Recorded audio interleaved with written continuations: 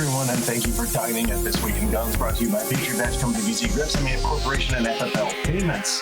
This show offers commentary on the latest firearms industry news, information, and buzz. I'm your host, Matthew Larosiere, and who's my guest? Is it my rat friend? It's me. It's you. I have a Glock 17 in caliber 45 GAP, and I'm here holding down the fort on Tom Clancy's Ghost Recon 2. I remember that game. I played it on Dreamcast, and I remember being so frustrated because I had played Medal of Honor, right? And I loved Medal of Honor because I got to stare at 3 polygons of BAR and Sten gun, and then I hated Ghost Recon 2 because I couldn't see the gun I was using. Right? You had so many guns, but you couldn't see them. Did you ever play that one? Did you play that? Are you old enough to have actually played that? No, not in its prime. Definitely not. Okay. Like I think I remember having played it, but don't remember anything particular about it. Like played it one time, one night at a friend's. Right. Yeah. Well, and it's not fun either. I didn't remember having much fun. No, it's certainly. It was the one where he's like, "Oh, we can stop playing Star Wars Battlefront 2 and play this one instead." And we played the other one, and I'm like, "You really like this, huh?" He pulls out a dusty PS1 CD, I'm guessing. Yeah. Oh boy, that's good. So remember a few months ago, back in September, actually, I think we talked about Biden's dog Commander. And at that point, his bite count was up to like 10 or 12. Yep. Well, things have gotten a little different. I'm starting to feel like Commander, he might be our guy. So, but here's the headline. Biden's dog Commander has bit Secret Service personnel in at least 24 incidents now. I threatened to bite a Secret Service guy and I get a visit. This dog just gets a vacation every time it does it. Well, he even doesn't get that.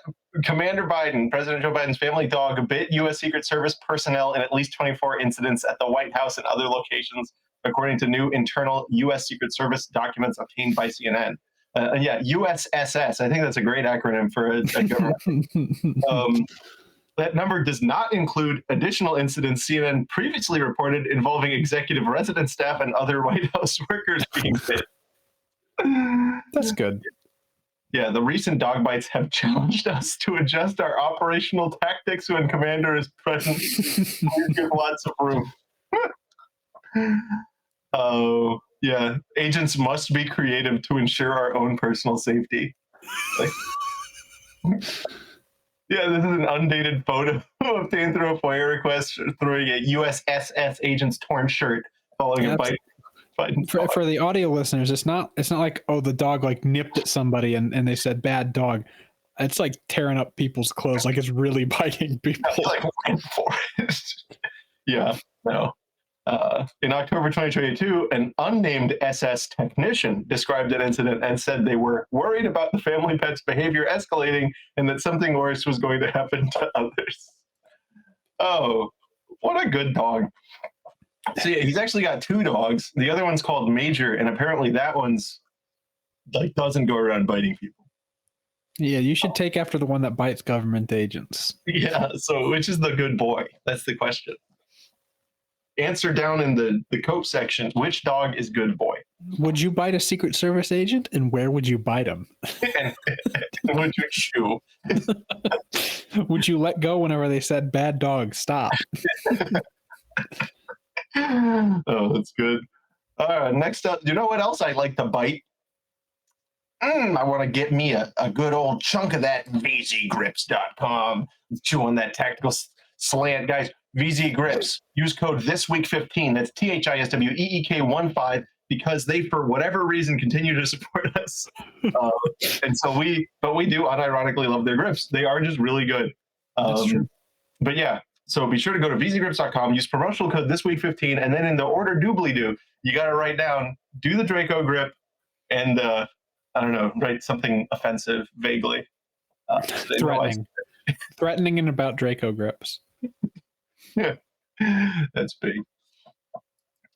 Next up, this is an interesting one. So this is Giffords Group which I think they're in the lawn care business. Yes. They are like touting one of the weirdest victories ever. So this has to do with the lawsuit that they done and did a while back. And this was when basically the government was reeling back its ghost gun ban. So the lawsuit dates back even before that. Yeah. So they first filed this lawsuit before the frame or receiver rule was a thing, and essentially what they were trying to do was strong arm the ATF into saying that 80% were illegal. Mm-hmm. And then the ATF was like, no, because at first their position was, yeah, but our longstanding tradition and this is what the law says and we can't change it. Right. And then they dropped the rule. And so they stayed the lawsuit because it's like, okay, at least the initial draft of the rule gave Giffords everything they wanted, right? Because the initial draft of the rule would have been pistol slides and potentially AR uppers, at the very least, if not just AR bolts. So it was like, it was a weird clusterfuck of a rule. Yeah, it was funny. And once ATF amended it to make it make sense, Giffords in California were back in court going like, yo, what the fuck? Why'd you take it away? Give us back our... And the ATF then did a series of 3 letters. The first one was very general. The second one applied just to ARs. The third one applied just to Glock-based stuff that essentially said, this is what a compliant unfinished frame or receiver would look like. These are the things that you couldn't sell it with in one box. Like you could do an 80% AR lower. You could also sell jigs. You cannot sell them together because then it becomes a firearm. Don't write down where the holes are, and also don't include instructions when you sell a product. Right. No instructions can come with it either. But Giffords in California then sort of reactivated their lawsuit to hone in on those letters the ATF wrote that essentially said this isn't a frame or receiver. Right. We're not considering this a frame or receiver because their argument was essentially something along the lines of ATF in their rules said that if it can be readily converted and if there's jigs available for it, that they would err on the side of this is a firearm and it's not just an unfinished frame or receiver. But then they put out these letters that said they aren't considered firearms. Right. And so the judge, it's a 40-page long opinion, which is kind of bizarre considering this judge really didn't have much to say. Right. There was a whole lot of like anti-gun activism disguised as legal argument where it's and the funny thing is we're kind of like avoiding the APA question here, which is there enough hook in the statute to justify what you're doing? And yet the district court here is spending so much ink. Like they dance around the APA question like crazy. Because what this comes down to is it's a judge who gave way too much leeway to an anti-gun argument because they liked the way it sounded. Right. Because unless you address the constitutionality of the APA determination in general, you really can't get to what the ATF's done here, right? What the ATF's done here is meant to be under the current legal theory, right? And under the legal theory that the Supreme Court has said is still binding, even in the case, the Vanderstock case that's trying to get rid of the frame or receiver rule. So the one by our side, ostensibly, the Supreme Court has said, no, the ATF has the latitude to make this decision, and we're the ones who would get to reverse it. And then this district court is like, oh, we're going to dance around the fact that the APA says the ATF gets to do this, and if the ATF says it's not a frame or receiver, they're the ones who get the latitude to decide that. That's I mean, Chevron deference we normally look at going the opposite direction, but if they say something is a firearm, they're supposed to be able to do that. If they say something isn't a firearm, they're supposed to be able to do that. And it's only whenever they go completely off the rails that there's supposed to be brakes that can be pumped. There hasn't been, insofar as I'm aware, cases where the brakes have been pumped going this direction, ever for the ATF so far. So it's certainly one of these cases like this judge probably shouldn't have done what they did, but they essentially granted Giffords' argument that because you can buy ATF saying, oh well, you can sell these things separately, and this is actually a fun little error that the judge put in here, because judges, by the way, and I might seem like I'm being like petty and pedantic by pointing out a grammatical error. District court judges love making fun of your grammatical errors. Like it's this little thing they do to lord over you. And then here in the conclusion, the very end of the document, the only part anybody reads. Yeah. However, the court agrees with plaintiffs that the ATF's action related to example 4 are arbitrary, capricious.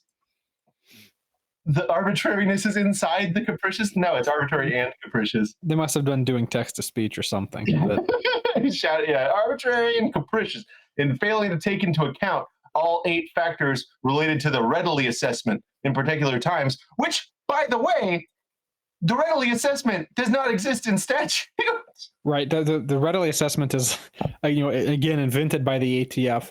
And I don't even know that it's in rule. I thought the whole 8-hour thing was just them saying in past court cases, judges agreed 8 hours in a fully equipped machine shop is reasonable for making machine guns.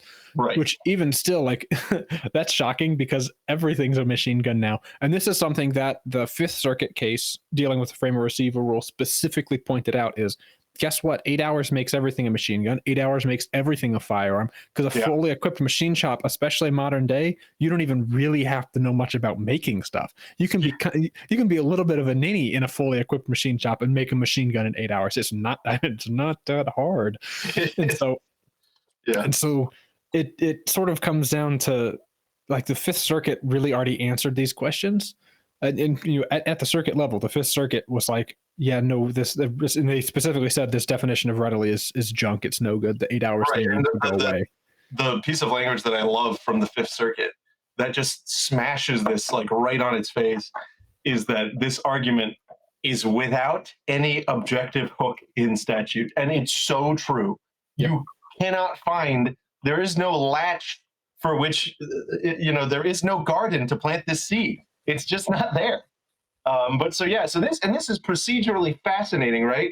They spend a lot of time, the district court judge, in saying, like, well, vacating the rule is like, it's what I'm supposed to do, but I don't want to do that to, like, suggest that the rule is bad. So it specifically vacates one subsection of the rule and related agency actions, which is, again, procedurally bizarre, and remands it to the ATF for further proceeding. What? Consistent with this court's opinion. Separation of powers? You don't, like, that is literally, the district court is, like, acting like an appellate court where the ATF was itself. Right. So it's like, all right, lower court ATF, do it again the way I like this time. And I mean, Chevron is still good law. It hurts to say this. Chevron is still good law. A district court doesn't get to tell the ATF they can't do this. That's the whole reason Chevron exists, is the ATF supposed to be able to say, we're the experts, we did it right. So it's sort of a funny case. Way to say. And now, of course, Giffords trotted this out as is an epic win, right? Like they've totally epic owned the gun rights group known as the ATF. But get stepped on, ATF gun nerds. We'll have to see what this actually. So another thing that Giffords in the state of California were trying to argue here is that AR 80% lowers couldn't have the takedown pinholes complete, and all of the rear pocket, including where the takedown pin lug goes, couldn't be milled out at all. So they're trying to make it so it's like 70% or something lower. Right. And so there's a lot of ink spilled here, and the court, to that one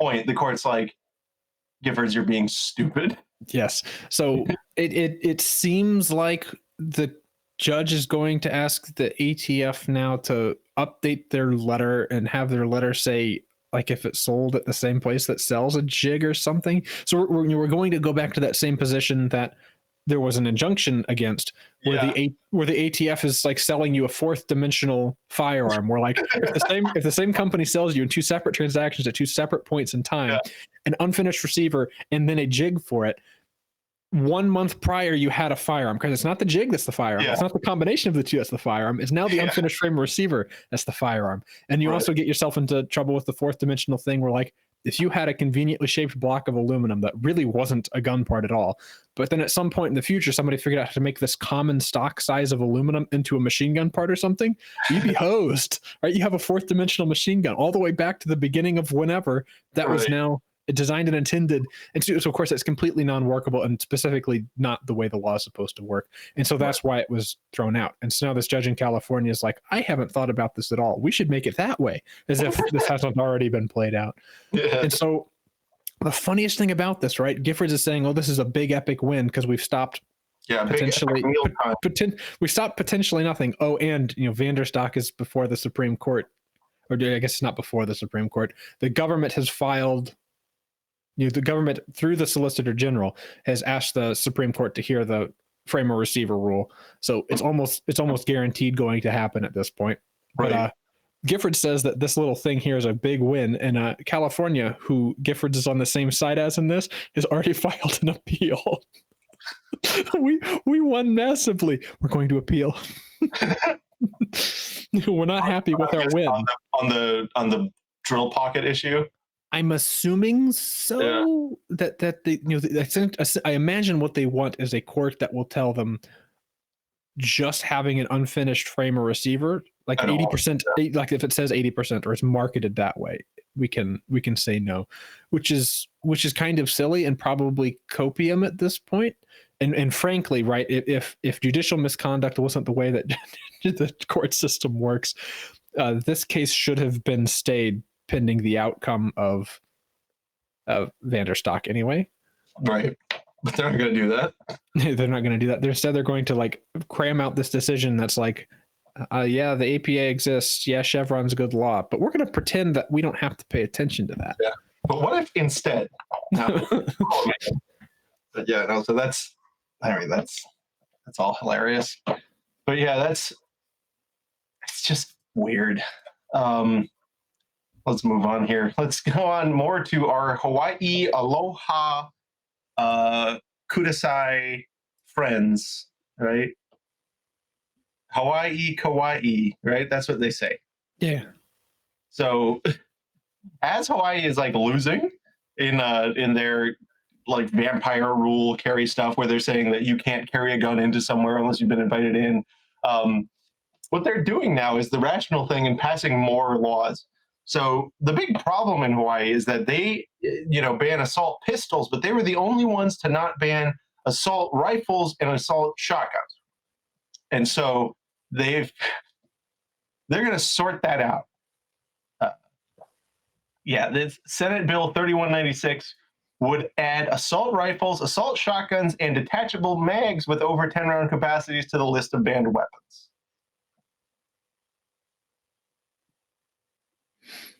This is good. Gun control advocates say a possible legal challenge shouldn't stop lawmakers from passing SB 3196. At what point does your reasonable doubt of the constitutionality of a law override how badly you want it? Like if somebody in one of the good old states was like, yeah, but it was kind of cool having slavery, right? No, it was kind of cool, wasn't it? Like, should their doubts about? But when we had it, they said we couldn't do it anymore. They said to stop. They said we had to stop. Like, so here we have the reasoning. I think that bill fills most of the really glaring problems we have, in my opinion. There's things like requiring insurance for negligent damage done by weaponry that would be useful. There's more violence prevention programs that would work. But I think that bill will take us pretty close to as far as we're allowed to go under the federal interpretation of the Constitution. Okay. As opposed to the state interpretation of the federal Constitution. Yeah, my favorite part is this quote. This is a line drawing bill.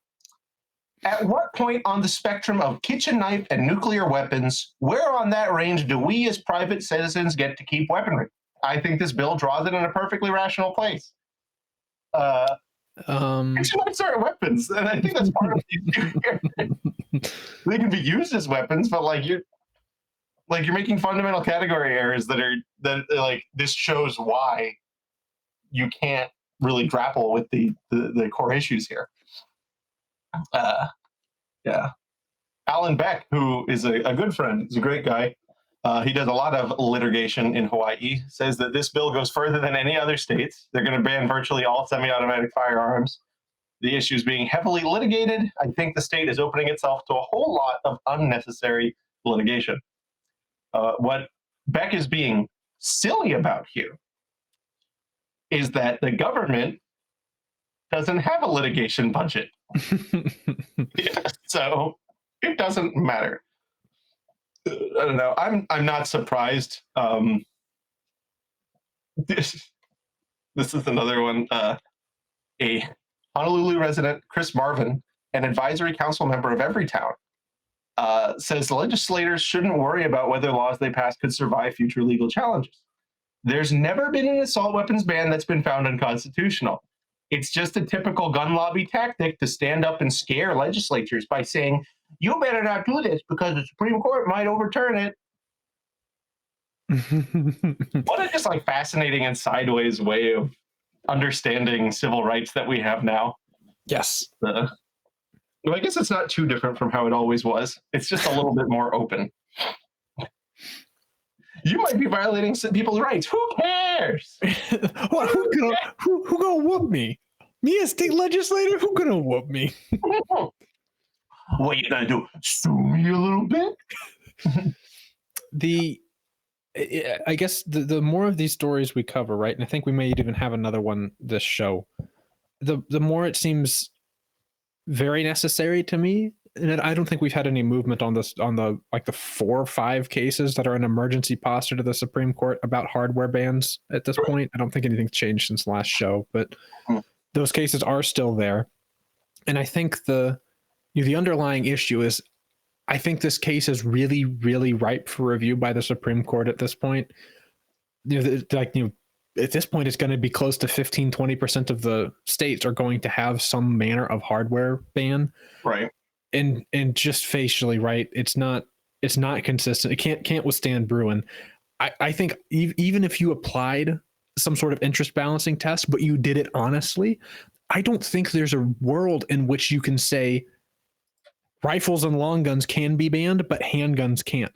Because whenever you go and do that interest balancing, handguns are used to murder people far more frequently.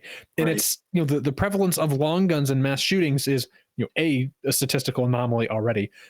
But even if you want to cookie cutter it down to like the ones where there's 20 different people, if you stop and look at those, at those instances, had a handgun been used, it wouldn't have functionally changed the outcome.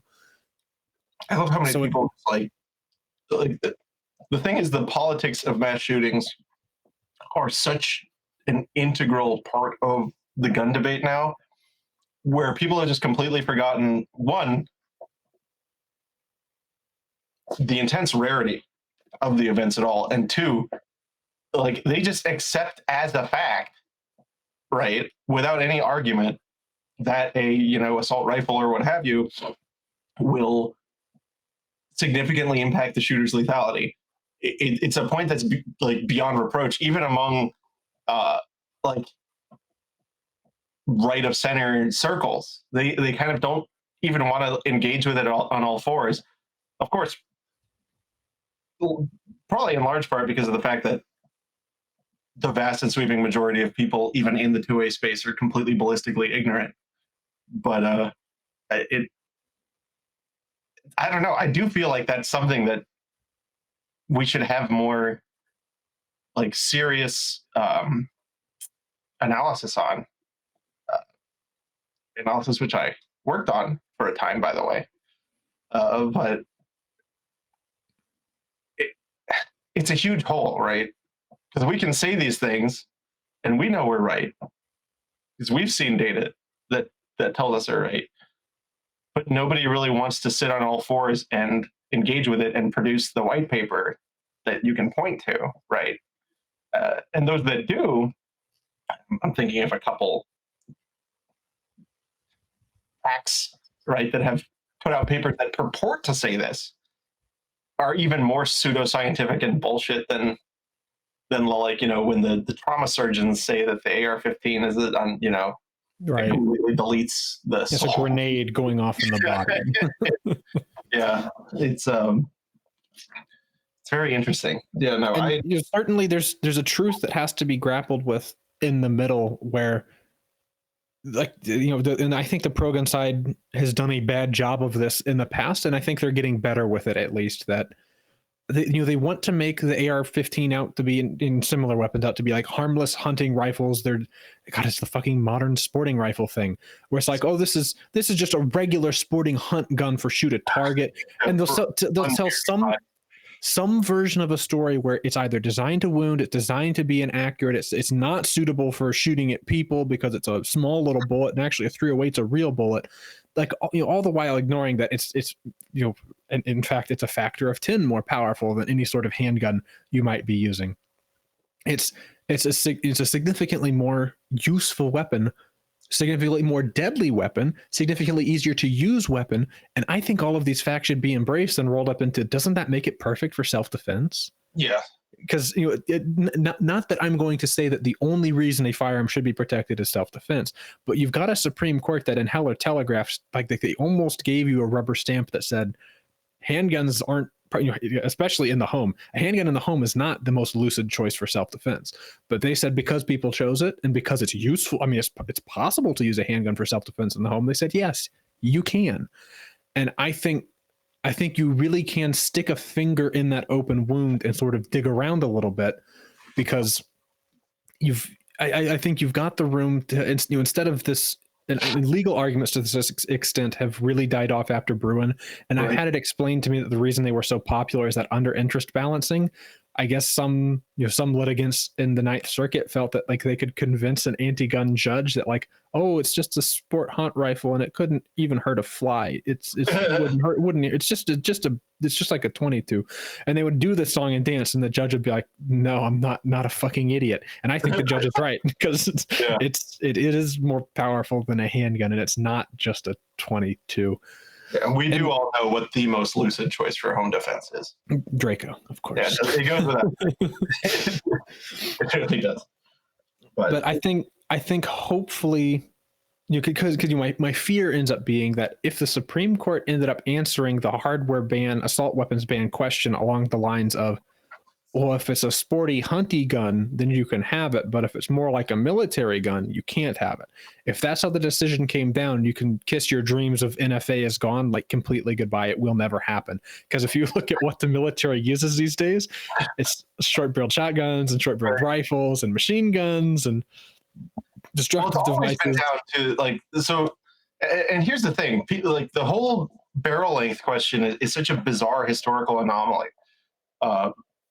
The reason that we had longer barrels predominantly, around the time of the NFA was because smokeless was a relatively new invention. And prior to that, and they were still worried about cavalry and having to use a bayonet to stop a horse. Yeah, and like literally. And so like that's where military technology was. And so like legal understanding was decades behind that. And so people who are wanting a rifle, or even handguns, wanted the bigger ones because common understanding was if you want to have a respectable amount of power, you need a substantial barrel length. That was why it was so uncommon to see shorter weapons. And in fact, why shorter weapons were considered, suspicious. Right, they're for gangsters or people trying to hide. The moment we figured out that, hey, with this cool new powder that the French came up with, you can really make it way shorter. Right, your 28-inch long rifle can be a 20-inch barrel, and you're losing like maybe 20 feet per second. You're losing nothing. Yeah, immediately, that's what they were doing, and it's like stuff like the trappers were, like people loved that crap. And like that was the cutting edge, right? Was making it shorter, but because it was the cutting edge, it was, outside of the common understanding.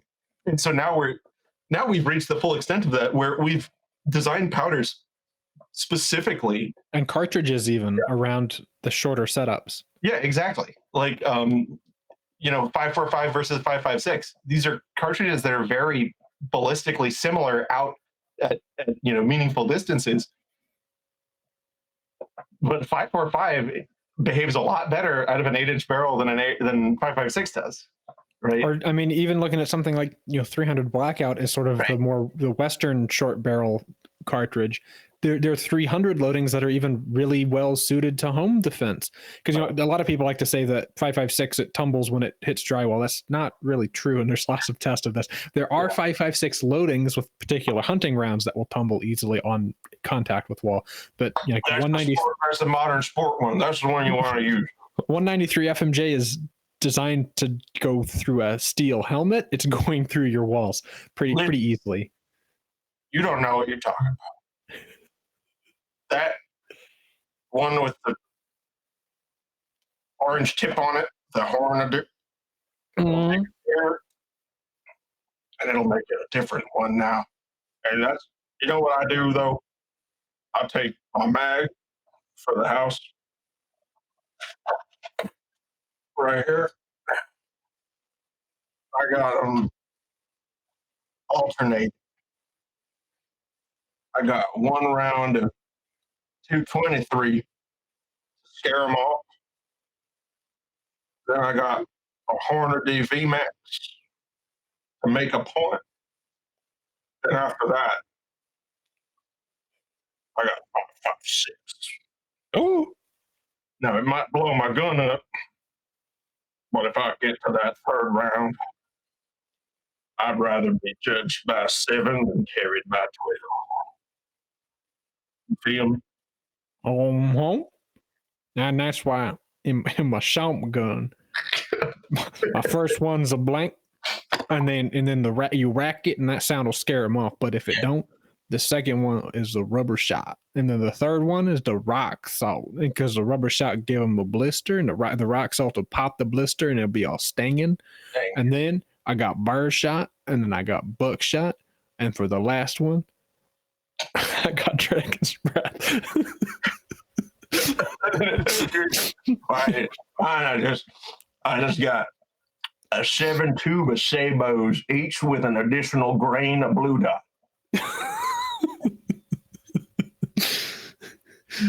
Oh boy. But yeah, everyone's stupid. Don't listen to anyone. And that includes us. Except for right now. Listen to me when I tell you that you need to go to FFLPaymentProcessing.com.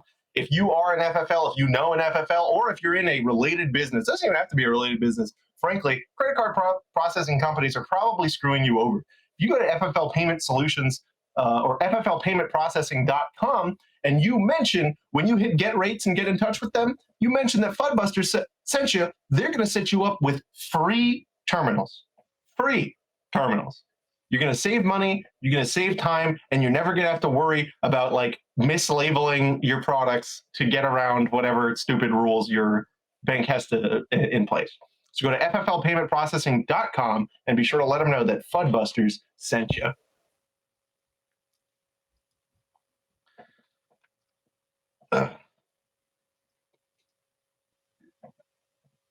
I had too much fun with that magazine one.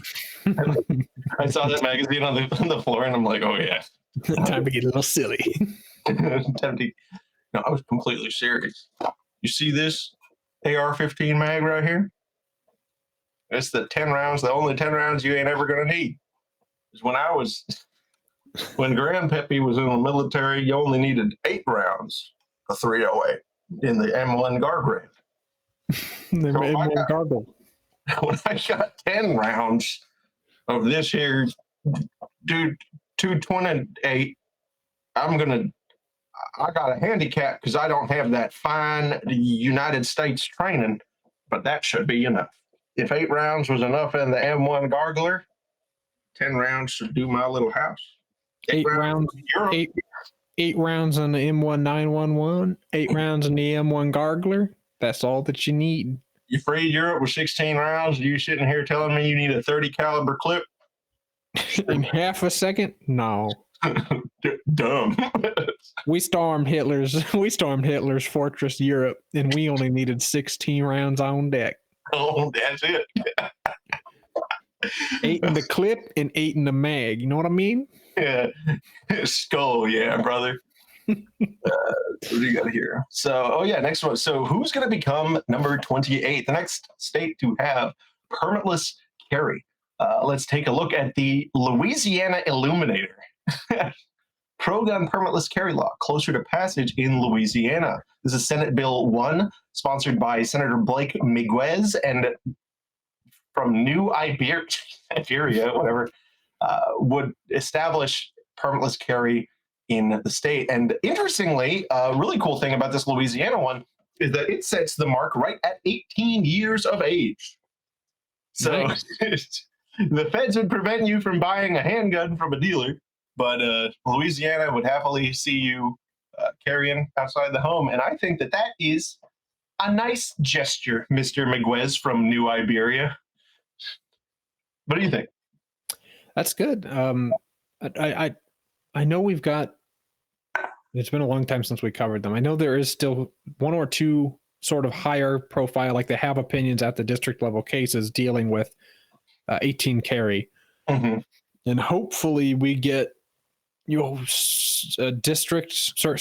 circuit level answers about these cases that apply Bruin. Because again, if you apply Bruin faithfully, they were giving guns to 18 years old. It's like, oh, you're 18 and you don't have one? You if you didn't have one. Yeah. Here's your gun, Mr. 18-year-old. Yeah. Where's your gun? I don't have one. Okay, hold on. So the notion for this one. The notion that the founders would be okay with adults or whatever you consider your age of majority not having guns would be kind of silly. Yeah, I think, look, it's okay if you want to put age limits on owning a firearm. It's just that if you're going to raise the age, then you have to supply little hamster balls for those people until they reach little hamster balls, and we can make them fight. But you certainly shouldn't be able to enlist them into fight foreign conflicts to purportedly somehow affect our freedom that got over there. Or have them vote or have them do any of their other big rights, because by the time you come one, you should come all. Yeah, that's true. I love coming for my rights. Yeah. I love to come at all. So this is an interesting little newsy. It's a company that is. Here's an interesting question: has polymer 80 been losing significance?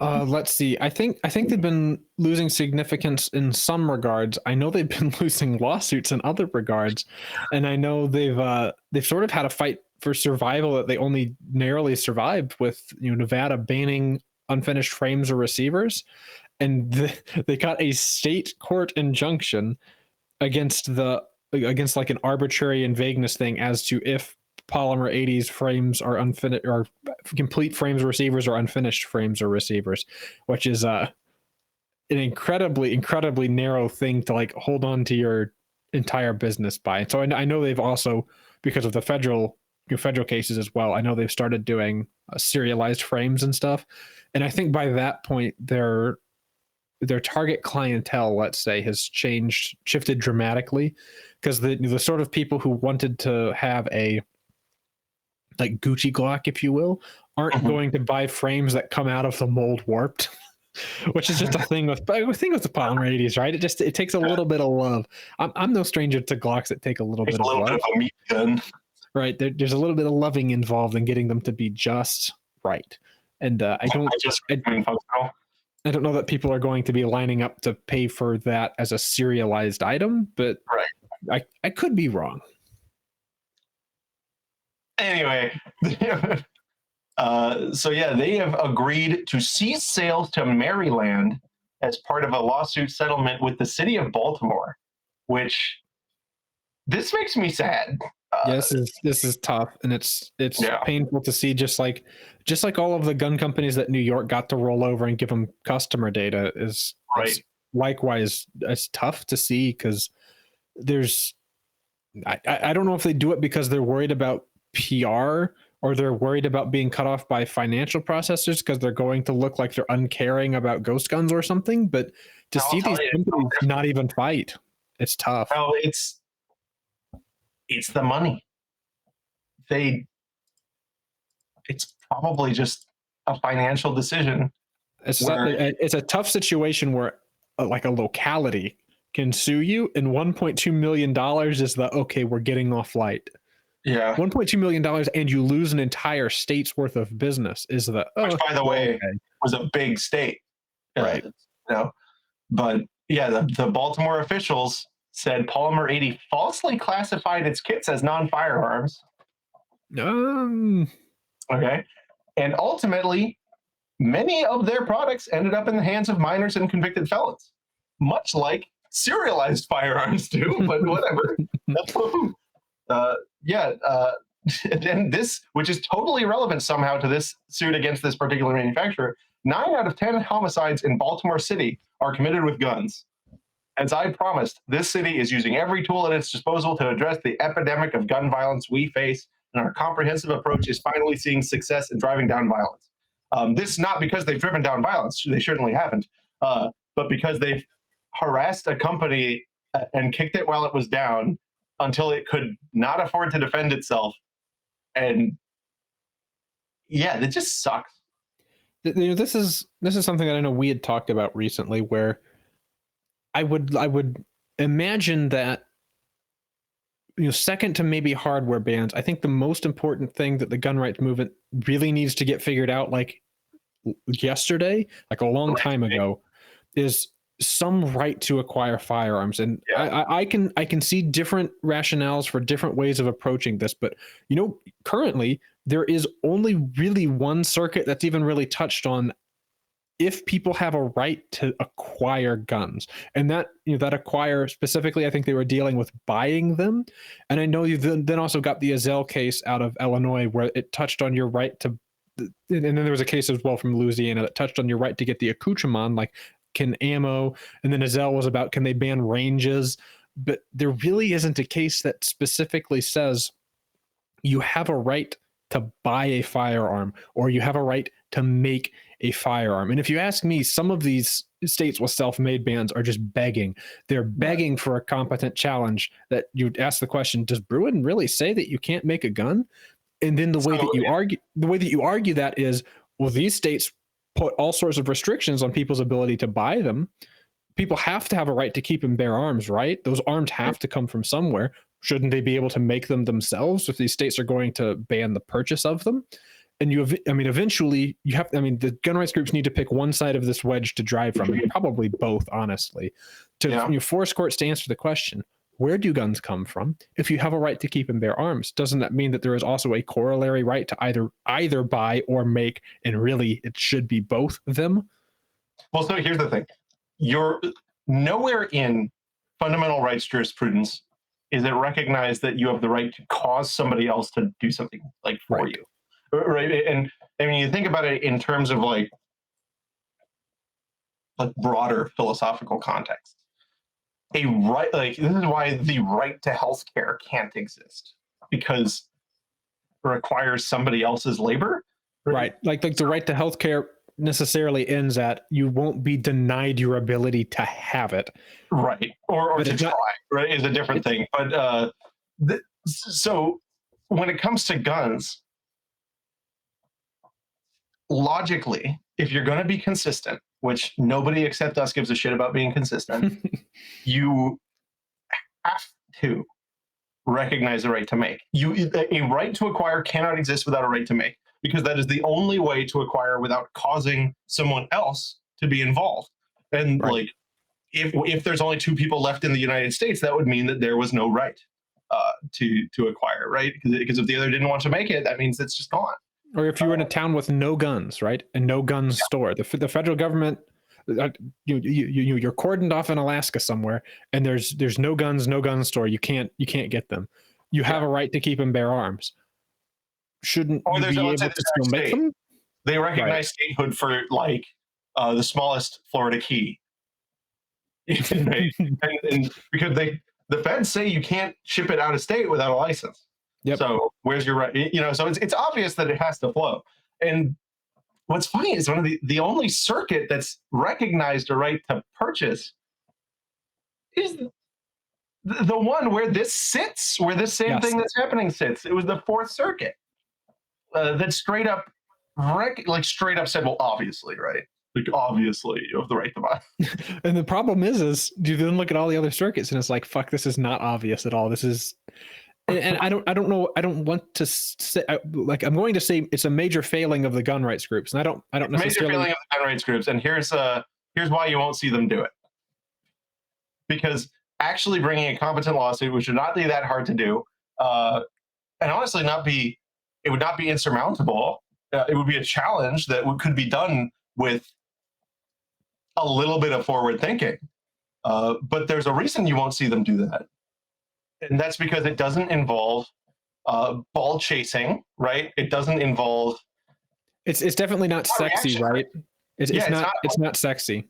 It's not reactionary. You don't get to say that you're like, oh, you don't get to like use the president's name in the headline, right? Like, right. It's and also, I have. So we've talked about this behind closed doors, but like, there's a question that has to be asked at some point. When you look at the lawsuits that are actually filed, you see it's all samey shit, and virtually all of it in the same circuit. So it's either that, and they always say never attribute to malice what can be like, explained with incompetence, right? But it's either a severe degree of incompetence, a severe degree of can-kickery, right, with no desire to actually move the needle, or it's intentional. The fact that we haven't had a right to make suit, and again with and some of you might point to like, Vanderstock or whatever. That's not a right to make suit. It's an APA. It's like an APA first. Maybe there's a Second Amendment argument in there, but you're standing in the shoes of the maker of the non-part. Right. You're not standing in the shoes of the individual maker. Right. It's not like well, frankly, because the right to sell, we're not sure if there's a right to sell, actually. And the way you assert the right to sell is by representing the interests of your customers, right? And that's how I got away with it. That's how it's been gotten away with in a lot of lawsuits, is by saying, I don't have to assert a right to sell. I am standing in the shoes of my customers who have a constitutionally concomitant right to buy them.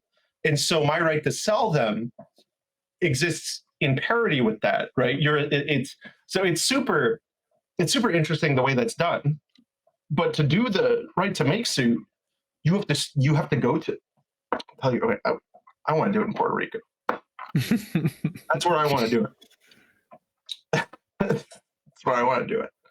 But anyway, that's a lot of bloviating to say that it's very sad to see Paul Morady get bullied like this, yes, in a place that should be losing harder. Right, and the fact that this bullying has happened, can happen, and continues to happen. I don't want to say at this point that it's a choice, but it gets closer and closer to the gun rights groups making it a choice when every state you see add a new, like self-made ban. Some of these self-made bans go beyond just you can't have a gun without a serial number. It's like straight up, you cannot use these tools to make a gun. You can't use those tools to make a gun. If you make a gun, you have to make all of these parts yourself. I think that it's just right. It's just asking. It's asking for a constitutional challenge on the grounds of like, at what point is it just illegal to have a gun because you can't get one, right? If you don't know a guy like I think what you need to find, what one of these groups need to find, is a state that has third-party sales bans. So it's got universal background checks. Right. It's got some sort of a hardware ban that makes it so there are certain kinds of guns you just can't get. Like, especially if it's one that doesn't have a grandfather clause. So that'd be another part of your Goldilocks state. And then they have a self-made ban, because that's going to completely shutter off a wide swath of firearms that you can make a Second Amendment argument or important, necessary for self-defense. You can import a lot of California's handgun roster arguments where it's like, there is new stuff that you're preventing us from having that is very important and we should be able to have. Right. And then import you've got a Second Amendment right to keep and bear arms. Those have to come from somewhere. And right. Todd Vandermeide in Illinois with his group, which is FFL Illinois, he's raised some interesting questions about parts bans. He's specifically done it under the context of assault weapons bans that ban parts, but he's also sort of incorporated that language interestingly under self-made bans, where he's like, well, if you're going to ban self-making, at some rate you're banning the necessary functions of repairing a firearm. You're going to ban repairing a firearm, that means that you've just banned them all by attrition, because eventually, like frames or receivers are regulated, and we like to think of those as the core of the gun, and each one is a gun. What happens if a frame or receiver breaks? You should just be able to make another one, right? You should just be able to 3D print or mill or weld or stamp or whatever a new one, because receivers do break. They are wear items on not I wouldn't say wear items on some guns, but they are. There's some where they are. There are items that wear out, right? I would say on a Beretta 92, the receiver is definitely a wear item. On a Tech 9, but that's an accident. But some guns have receivers even that are wear items, and if you're going to require that someone has an FFL to be able to fix their own gun, that's kind of ridiculous, because you own it. You've passed all of the checks to own it. And in the case of Illinois, right, you've got a little card that says that I pass a background check every day. At the end of the day, I should be able to own this. It's kind of ridiculous that then they're saying you couldn't make a new one of the exact same thing to replace it if it had broken. So again, there's all of these lawsuits I think are just begging to be brought. And I think it is, I in my opinion, I think the foundation of the right to buy is built out of the right to build. Once you have a solid cornerstone that says, look, you can build a gun, this is how you acquire firearms, I think from there you can expand that to, you also then have a right to buy firearms for if someone made it and doesn't want it anymore, or somebody's trying to, because of course the problem with buying firearms, do you necessarily invoke commerce? At the state and federal and county and at every level, right? They all have their own version of the commerce clause that lets them put barriers in the way of buying and selling, like background checks, which the Supreme Court seems to think are great and fine and okay, despite the fact that they're wildly inconsistent with Bruin. But they're like, yeah, they can stay because I guess at the end of the day, they're going to say that the commerce clause is controlling there, right? And that that the Second Amendment has to be okay with the commerce clause because they were coextant. Right. Yeah, but that was not when you. That was back when the commerce clause was understood. Hey, don't tax each other, states. Okay. Right. and then really that's just another angle for these lawsuits where California, Illinois, Washington all have language in their laws that says you can't import from another state these parts. So they're banning your ability to exercise your rights as compared to another state by question of import, as those state borders are something they get to patrol. And and that's the reason we have a federal government is to prevent the states from saying, oh, your rights are different here. We have a border. You can't come here with those ideas. You can't come here with those things. You can't do your rights like that here. Yeah, no, that's an interesting 14th Amendment result, but that's the result that we have. But the Commerce Clause was just never meant. It's so obviously never meant to touch that. And I mean, one of the main reasons for the Commerce Clause was because under the Articles of Confederation, which was the version of a federal government that we had before the Constitution, the first thing states were doing was taxing each other, putting tariffs on each other's borders and shit. And they're like, don't do that. Do not do that. And now, how is it not a dormant Commerce Clause violation to say something that we recognize is you have a right to do? You cannot import from another state. That's a maniac level dormant Commerce Clause violation. You can't import it from another state, and then in some of these states, then you can't make it here. Yeah. And also this thing is subject to an order of shall not be infringed that the states are bound to as well. Yeah. And just so for you guys out there that aren't law nerds, the Commerce Clause is, I feel like most of our listeners know what the Commerce Clause is, but every action of government has to have a source of power in the Constitution in order to be legitimate. And that's on the state and federal level too. All powers have to be traced back to a legitimate source of power. The federal government, the powers are few and defined. In the New Deal era, they decided to just tweak the Commerce Clause a little bit because a certain president, FDR, threatened to pack the Supreme Court if they didn't effectively. So they started saying, well, the Commerce Clause actually means kind of you can do whatever you want. Yeah, the Commerce Clause means previously the Commerce Clause was understood to like allow the federal government to like make sure that we had regular trade between states and with the Indian tribes, you know, kind of like it says. Right, interstate commerce. Yeah. And so the theory then of the dormant Commerce Clause had to come about because the Commerce Clause got so fucked up that states started doing the exact thing they weren't supposed to do. And so they were like, oh, if you really look underneath the Commerce Clause, like there's a dormant Commerce Clause which says that states can't regulate activity of another state and can't discriminate against, you know, out-of-state conduct economically. And it's like, no, that's just the Commerce Clause. Like that's literally just what it means. That's what the Commerce Clause actually originally meant.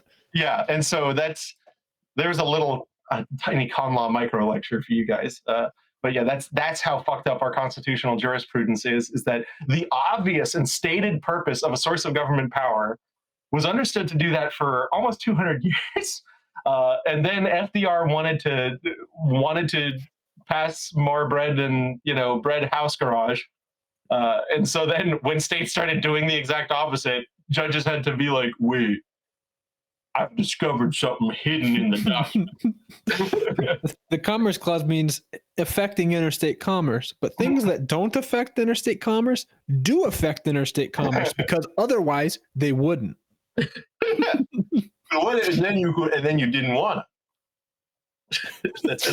That was the actual, dear listeners, logic underlying the Gonzalez v. Reich decision concerning growing your own hemp or whatever it was. And here's another fun little law tidbit. That decision is what stopped us. What effectively is the controlling jurisprudence for the made in Texas suppressors or the made in whatever suppressors, because there was a case out of California dealing with machine guns where a guy had made a bunch of stins in California, never bothered to register them, and his argument. And he succeeded at the Ninth Circuit, mind you, with the argument, I made these in this state. They never affected interstate commerce. What the fuck's the problem? And the Ninth Circuit was like, yeah, we agree. This federal power has no bearing here. You don't have to register it if you made it in the state. And then funnily enough, Paul Clement, who was then Solicitor General of the United States, who's now, he was the gun rights lawyer who got us the Bruin victory. But then he was working for the government and he was arguing for the government against this guy and his machine guns. But the Supreme Court GVR'd this case because of the hemp case, which essentially said Commerce Clause means that even if it stays in one state, we still have control over it, because if it wasn't just in, even if it was in that one state, right? If it wasn't for you having it that in state, you'd have to get it from another state, which means it is interstate commerce, which is a bizarre reading, but that's, ever since FDR, that's sort of the way the Commerce Clause works. It's interstate commerce and not interstate commerce. Yeah. But that case was considered the high water mark of Commerce Clause jurisprudence, and they have clawed it back ever so slightly since then. In fact, the first time that the Commerce Clause was clawed back after that case was for the Federal Gun-Free School Zones Act. Which is fascinating, right? Because it was just like, you can't go in a school zone with a firearm. And so that got shot down because it had no hook in the Commerce Clause. And so what did they do? They fixed it by saying a firearm that has affected interstate commerce. Yep.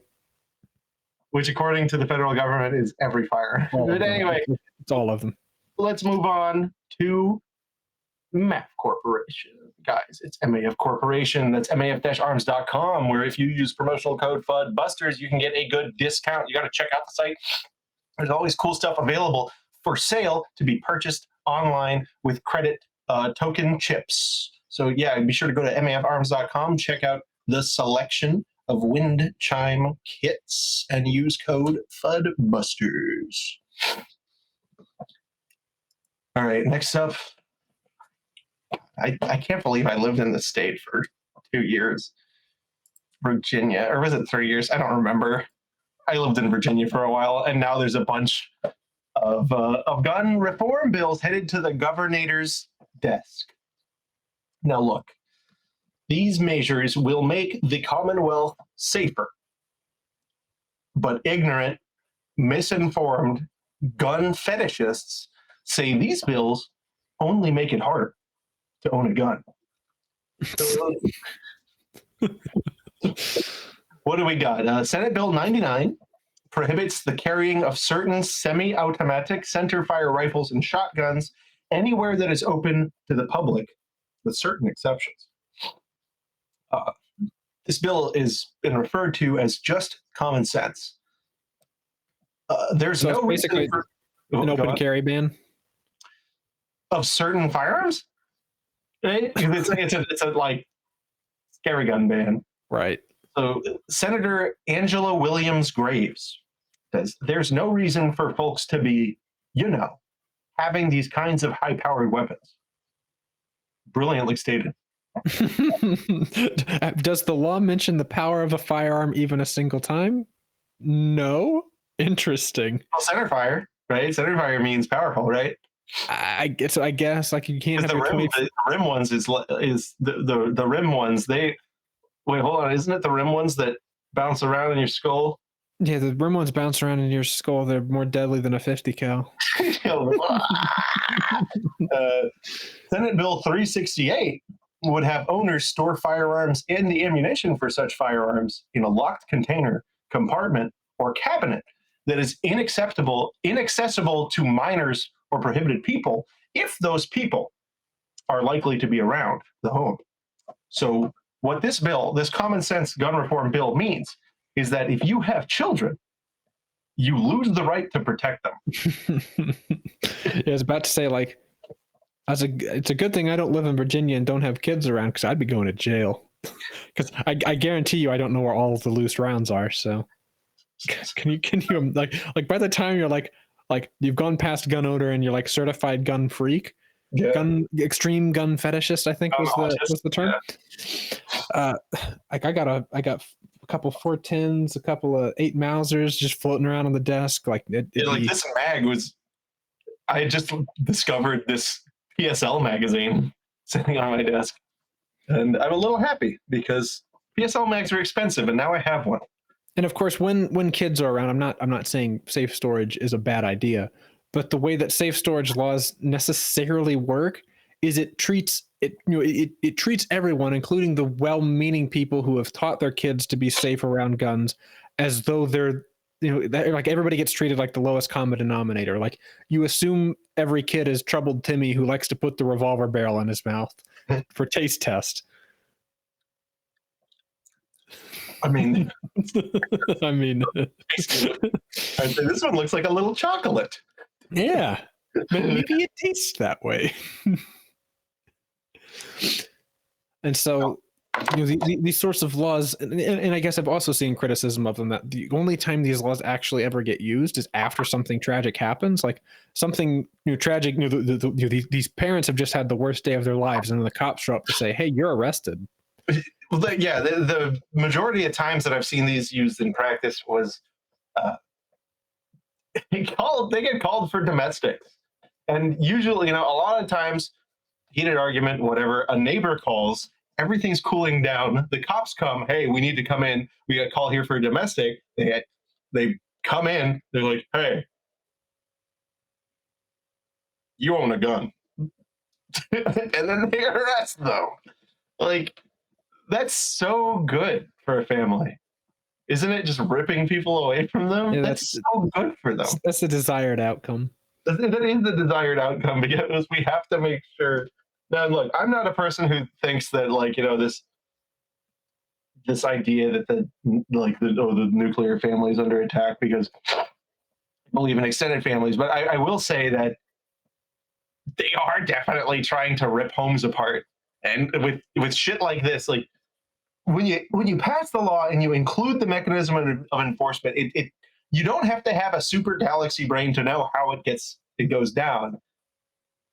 And so when you go through with it, knowing that's how it's going to happen, I find it hard to absolve you of the fact that you are literally just ripping families apart. Yeah. That is all you can possibly be doing. So you must be doing it on purpose. But then again, I am a conspiracy theorist. I've been called a racist for my beliefs. So I must be some kind of moron. After all, Virginia's gun laws are already among the toughest in the nation, and Governor Youngkin continues to pursue policies to hold criminals that commit crimes with guns accountable by strengthening penalties to effectively keep criminals off the streets and Virginians safe. The governor will review any legislation that comes to his desk. Okay. That's wonderful. What flavor government lizard is Youngkin? I don't remember. I thought he was a Republican. I know at one point Virginia had a Republican governor. Republican Party. Oh, look at this man. Look at his little face. Oh, Yeah. He definitely suns himself on a rock. Anyway, this is big news, guys. Big news. Big news. Supreme Court on fire. NFA is over. They've lost their ability to. Senator Portantino introduces bill requiring annual registration of firearms. This is a California bill. SB 1160 will give the state better data and help us understand how many firearms are in private hands and who owns them. Currently, we only have rough estimates on how many firearms are in California. This important step toward registration will also increase accountability and responsible gun ownership as we collectively endeavor to increase public safety. So what this bill would do is require every firearm in the state to be every year annually registered with the Department of Justice.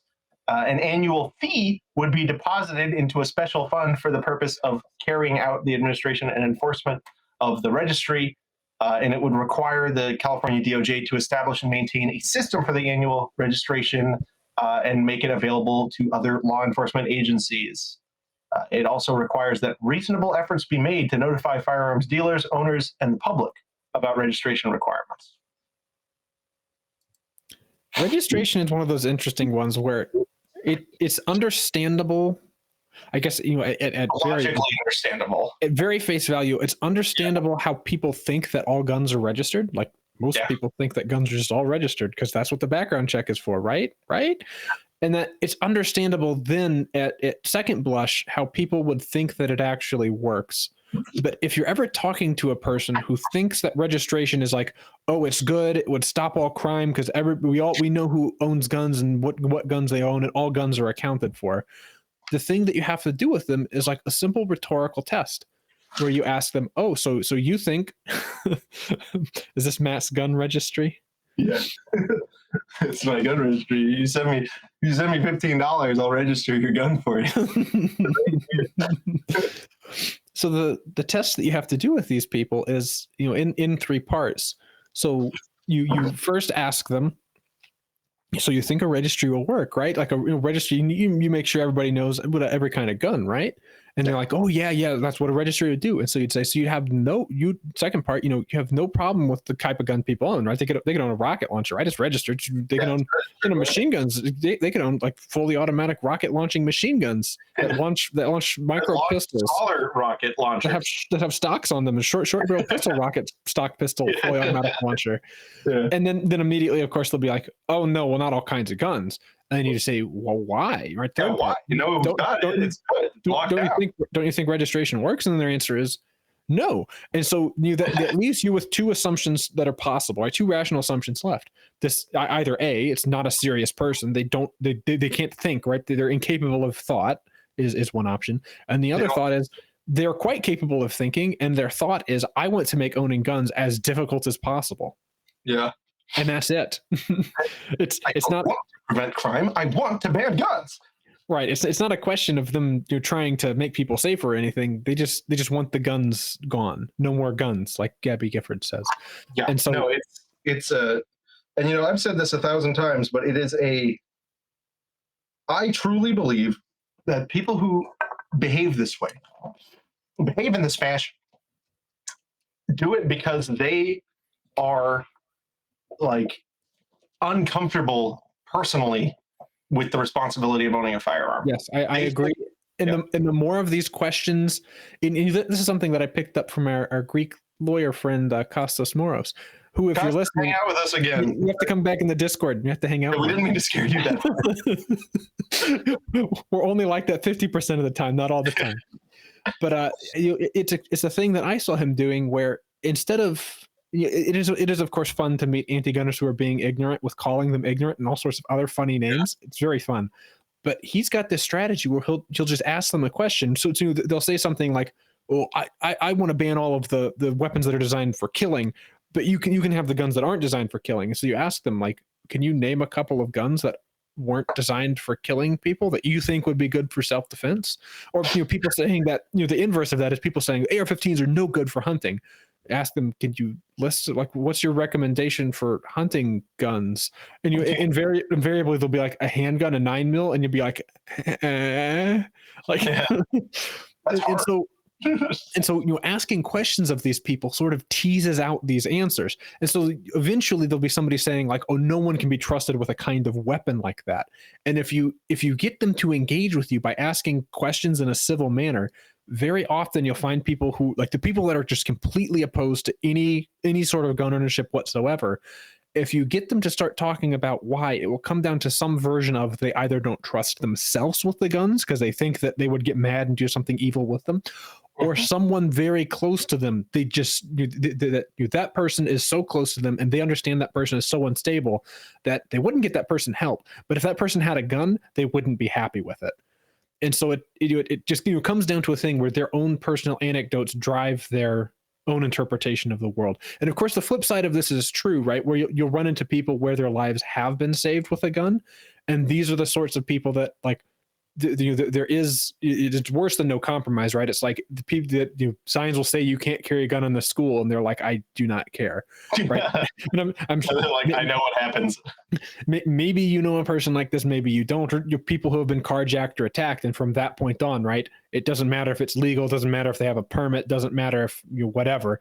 They're going to carry a gun with them in their car, and if anybody gives them trouble about it, that's now an issue between them, and we'll see how that goes from there. But it's this sort of strong emotional anecdotal response drives a lot of things. Mm-hmm. But I guess if you ask me, right, this is my own personal bias, and I'm confirming it. I think that it's more rational for somebody who's been in a situation where they either needed a gun or had the gun and it saved them to be like, "Yes, I need this," than it is for somebody who's like, "I would kill people if I had a gun, therefore nobody should have one." I think the fact that you should be on medication that makes the demons that make you want to kill people to go away, you should be on those pills. I think the fact that that's the way you take those pills. I think the fact that that's the way you see the world is irrational and shouldn't be the basis from which everyone else's rights get interpreted. Because you have demon shadow people that say that guy's looking at you, he's staring at you, you need to stop him. He's from the government and he's got a mind control frequency emitter that's telling you all of these things. But if you stop him, then the shadow people will go away and you can sleep at night. You telling me if I pull this trigger, all the bad people will go away? All I have to do is pull this right here. That's right, young one. Oh, God. Yeah, no, that's good. You know what else is good? Patriot Patch Company, guys. It's patriotpatch.co. They are our longest running supporter, so you should support them. Custom designed patches, apparel, and accessories for any freedom-loving individual. Always go out, check out the clearance section. They're always updating it. You might have something new and interesting there. And of course, if you use our promotional code TWIG10, that's TWIG10, you will get a discount. And that is an important thing to reminder to you, because you are a rational consumer. Let's see what the Patch of the Month Club is right now. Oh, look. All luck, no skill. It's a leprechaun on a skateboard that says all luck, no skill, and he's holding 2 MP5s. And he has nods. Oh, yeah, he has actually. NVGs, yeah. That's pretty big. So yeah, patriotpatch.co. Check them out. All right, and last up, we have a big law case. This is I love the way that how carked up this is because it's all of these cases consolidated. Yes. Yeah. So what's going on here? This is back on our Illinois stuff. So if you guys remember last time, of course, there's all of the cases that have appealed an emergency stature to the Supreme Court, and that's where most of these are. But back in the district court, the judge there is very anxious to get to this case on the merits. So he sort of laid out, this is what I want to see from these cases on the merits. And it's kind of interesting because a lot of people saw this and at first blush, they were like, oh my goodness, he's trying to bring back interest balancing, but he was supposed to be a pro-gun judge. What the heck is he doing? What on earth? What the heck are we now? He had a list of like a 12 or if you pull it back up, it's close to the bottom of the document. He has a list of the sort of questions that he's interested in fleshing out through the discovery process, through the getting factual answers. So we can just sort of go through them, and then once we go through them, and I want the audience. I'm sure the audience wastes all of their time and wake hours reading legal briefs because that's what normal people do. Because they're just like us. If you remember the Seventh Circuit opinion, keep that in mind as you go through these questions, and I think you'll be able to catch on to the game that's being played here. Mm-hmm. So I guess for the audio listeners, I will have to read them out. Number one, the first question they want to answer is... This is important, the context, right? The court, I'll read that up. The court notes that the Seventh Circuit in Beavis treated semi-automatic rifles as a category in referring to the AR-15 and its many cousins covered by this act.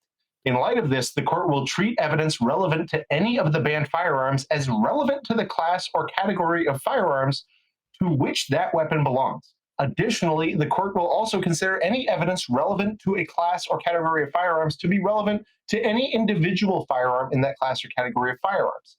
The factual questions the court will address include, now you can go ahead. Is the item an arm as defined in Heller and Bruin? Which is sort of a sneaky trick question there, because the answer is yes no matter what. There with Bruin, it's presumptively an arm until the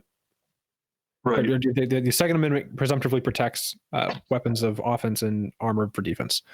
The second question is the item an arm as defined in Bevis? Then the answer is going to be no. And hopefully you guys see the first trap here.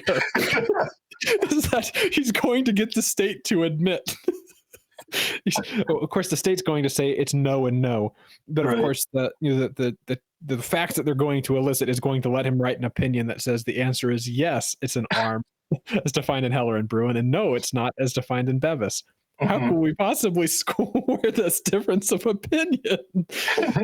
So there's his attempt, and I think it's a pretty clear attempt, really, to undermine what they had said in Bevis, because they had invented a new definition for how you tell if something's an arm. Right. And so further, the new question 3 is further undermining the Bevis opinion. 3 is there a rational basis for a civilian to select a particular arm for use in self-defense in the home? And so he's going to be soliciting information. He's going to want the question of, is there a rational basis for a civilian to select whatever it is that they're debating? So AR-15s, AKs, extended magazines, extended clips for use in self-defense in the home. Which, of course, right? This is like a one-step test. He's boiled it down to like, oh, do you need an AR-15? Instead, he's asking, is there a rational basis for you to have one? So remember, guys, rational basis in the legal context it's a term of art. And what that means is there anything that could be like, and it doesn't have to be a good reason. It means, is there any conceivable reason, right, that is not clown shoes nut job, like alien invasion level stupid? So what he wants, he's forcing them to struggle, right? And it doesn't matter if they say yes or no, because either way they're hanging themselves. And then that's funny because it starts, is there a rational basis for them to select that arm for self-defense in the home. And then 4, it's the same question, but it's self-defense outside the home. But then 5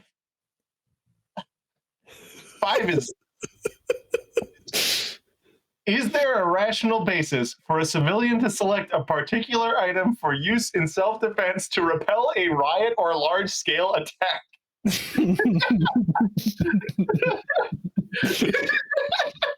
So you can tell you can tell he's really undermining the position where the state, because of course with that 5th question you can certainly tell he's poking in the direction of high capacity magazines or large capacity magazines as the state defines them, that there are instances where you might need more than 10 rounds, and even if that's entirely prospective, right? It's not something that's ever happened.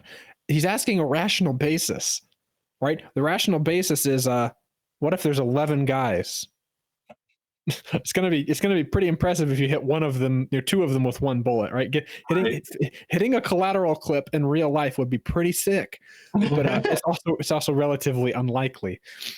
So that's certainly a good. I guess on to question 6, he asks, is the item an arm that may be used to resist tyranny? I'm starting to think he's our guy. And so, people saw those rational basis question. They were like, is this interest balancing? And at first blush, it definitely seems like it. But he's using the language of the 7th Circuit, but flipping it around so that they're instead of like, is this a rational choice? It's like, can you come up with a rational reason? Because hell, it tells you that's all you should need. Let's see. So question 7, is the item exclusively or predominantly useful in a military or law enforcement setting? And I thought that is, as if they select yes to any of the other ones, then it's like, well, hold on. So, 7 is interesting, and exclusively or predominantly is it's 2 different words there. I don't think any small arms are exclusively useful to the military. Like maybe surface to air, like by the time you get to light weapons, maybe there's some light weapons that like it would have to be pretty ridiculous that a civilian is in a situation. Yeah, like there's some light weapon system that you could very easily seed are predominantly useful in a military application. But anything that's small arms, like I would say in full auto MP5 and M249, I would say that there is a use for it that isn't just predominantly military or law enforcement. I'd say that there's a legitimate use case for a civilian to have such a thing. Maybe it's purely prospective, but maybe not. And then on to question 8, is the item specifically designated by the U.S. military as a weapon to be acquired by the U.S. military and issued to its troops? And so he's here pulling at the string that the 7th Circuit was saying that the M16 and the AR-15 is the same.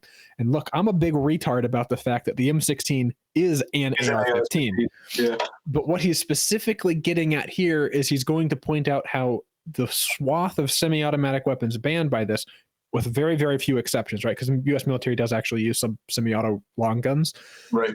Like the M110 or the M14 DMR variants that they've taken full auto out of. But but essentially what he's getting at here is he's trying to get the facts on the table that say that the guns that are being banned here aren't weapons of war insofar as the court is going to be concerned about making that determination.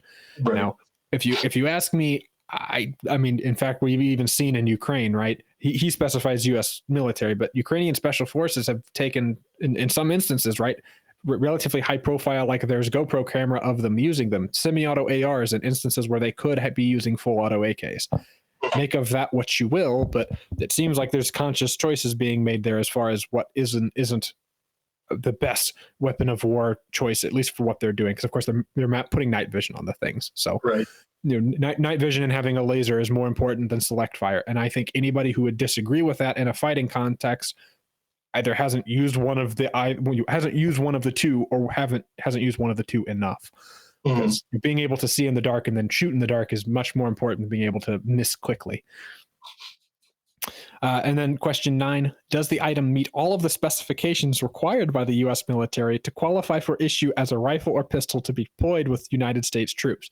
Essentially what he's asking, what he's going to get them to admit here is that that doesn't have select fire for the intermediate caliber stuff. 10, is the weapon materially different than an M16, M4, or machine gun? I really hate how he used materially different, because if you're asking materially different in terms of how the gun works or how it's constructed, I don't really think it's materially different, except in the most strict sense of like materially, like it's got different materials in it, or it would require material alteration to make one into the other. Like, yes, that's the case. And certainly legally speaking, they're materially different. But if you had the two of them side by side and the pinhole, the autoseer pinhole was taped up, you see that they're legally materially different. They shouldn't be. But understanding federal definition anyway, under what we can, I guess we can agree is legal fiction, they are different. Right. Question 11, is the firing rate of semi-automatic weapons banned by the law materially different than the firing rate of M16, M4, and fully automatic machine guns? And so again, the questions 10 and 11 here, I'm not a big fan of the way they've been worded, because the firing rate of semi-automatic weapons. So here's where he's delving more into, like, this is 2008 pro-gun, thinking, right? Which, whatever, it's NRA boomer con stuff. He can only be so good, right? It's just sort of this like, oh, it's one pull of the trigger, but meanwhile the cyclic rates are the same. The effective rates of fire are different. It would be much more clear if he had said effective rate of fire. Right. Or is this not even sustained, or sustained isn't even the right word. Effective rate of fire is the correct term. Yeah. Question 12, is the item a dual use arm that may be used in both military and civilian settings? Now, the reason he asks this is because there is precedent that says that if it's a dual use arm that has use in both, that a finger should be placed on the scale of the Second Amendment. So if it's dual use, it should be tipped in favor of it's protected by the Second Amendment, is essentially what he's trying to get at there. And I imagine sort of the play there is if he can get the state to admit that it's dual use, then he'll be able to go from there and say that, well, the Seventh Circuit erred in their analysis because they didn't consider if this was a dual use arm. Because if it's dual use, then presumptively it's got a legal civilian application. Mm-hmm. And question 13, is the item principally possessed and used for unlawful purposes? Genius level question. It's a really great question, because this is something Mr. Mark Smith, Four Boxes Diner, talks about, that the easiest way to deal with the hardware ban, if it came to a narrow decision from the Supreme Court, the easy way for them to make that decision is, you said handguns were protected. If public safety is the one thing hanging you up, the handguns that you said are protected are used dramatically more often than the long guns that are before you. Right. And so I think that's a very sharp question in 13, because the district court very specifically pointed out the common handgun is protected per Heller. So that's a very sharp question for him to seek information on. 14, is the item in common use? And this is one where there's been briefed you've briefed on the merits determinations of what common use means. It really doesn't mean anything. And before anybody rushes to the comments to say, but Caetano said it means this, Caetano didn't say shit. Alito's concurrence in Caetano said that maybe there's a number, and Thomas may have signed on to that concurrence, but it is just a concurrence, and it's dicta in concurrence, so it doesn't actually mean anything. It's certainly an insight. It's a useful argument to make, but that doesn't mean that that's a test or that's what it is. Because certainly if it is just personally, I think just a number threshold would actually not be great for us, because that would that would let them ban all sorts of new things. Right. We've talked about this in the Discord, which you guys can join if you give me money, and we'll bully you. But we've aired our frustration about how people just cling on this common use idea and fling it around as if it's such good gospel. Right. It's not the only way that a gun's protected. It's a dispositive way to show that something isn't dangerous and unusual. Right. And also dangerous and unusual isn't a test. These are all sub factors, right? That the gun rights community is errantly clinging to, and it's not helpful. Because if you do go with a common use thing, if common use, it winds up being the last word, that means no new guns. Right. That's what that effectively means. California can go and prospectively ban all sorts of new stuff. Like, we're going to ban handguns that ship with a factory magazine capacity over 21 rounds. Right. Because eventually we'll be there, right? Eventually eventually cartridge technology will advance to the point that we're all shooting each other with 22 TCM. Well, or eventually somebody will actually use 30 Super Carry for its logical use case, which is 20-something rounds in a Glock 19 size package. But. Right. And so that's sort of the fall through. Like, common use isn't the only way that something's protected. And in fact, Bruin sort of clarified that where something's protected presumptively. Right. The state then has the burden of finding an analog, and that's what the dangerous and unusual thing was they're like, weirdly in Heller, they went out of their way to say, like, this is what a potential analog would look like. And that's where the dangerous and unusual thing came from. And then they sort of offered up, but the fact that these handguns are in common use would mean that dangerous and unusual couldn't be the analog because they are in common use. Right. So they went and in a very confusing manner, admittedly, laid out how this would actually work. And then of course, a lot of people got, especially in the days of interest balancing, a lot of pro-gun argument got tied up in saying, but it's in common use. Right. Well, that's you don't have to prove it's in common use even. Yeah. That's sort of just, it's a dispositive thing, and it's not all of the argument. I'm trying to help. And so as cool as it would be that, but there's 200,000 machine guns, does that mean they're legal? And no, I mean, at least not on that factor alone. Yeah. So. Bruin would tell you they're presumptively legal, and the state has to find analogs. And hopefully one day, inshallah, we shall have answers on that. But yes. But anyway, so that's pretty slick. I am excited to see how this one plays out. But anyway, I think that is all we've got for you guys today. Yep. Depending on when this goes up, Cargill v. Garland, the bump stock ban, our oral arguments at Supreme Court are on February 28th. And so you'll have to either listen to that or have listened to that, and we'll talk about it next time. Wow. Yeah, wow. The future is cool. But yeah, guys, so we've uploaded our first of the new series of FUD Blasters on the FUD Blasters YouTube channel. That was actually one we had recorded the last time, and it was stuck around. So you will see a marked production value improvement on the next episode. But be sure to go and subscribe to FUD Blasters on YouTube, and I think you guys will like what we have in store. Anyway, that's it for the moment. We will see you next time.